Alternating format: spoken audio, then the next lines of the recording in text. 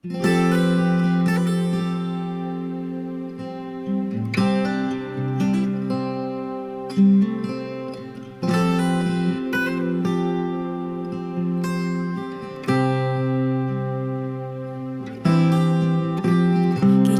klor betaba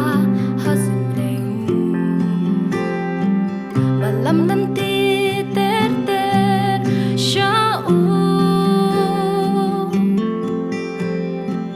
Uju ublay maptaban bechau Lumne tem jagabari pi bechane Waduj o katu jai jai Lersen rai bapengat uban pai Lembadungin rai Jing su choi choi shadem jong u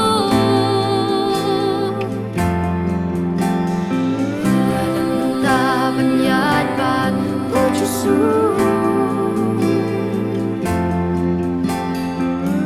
Jalan jalan tip shan no kiwe Yom se wa shun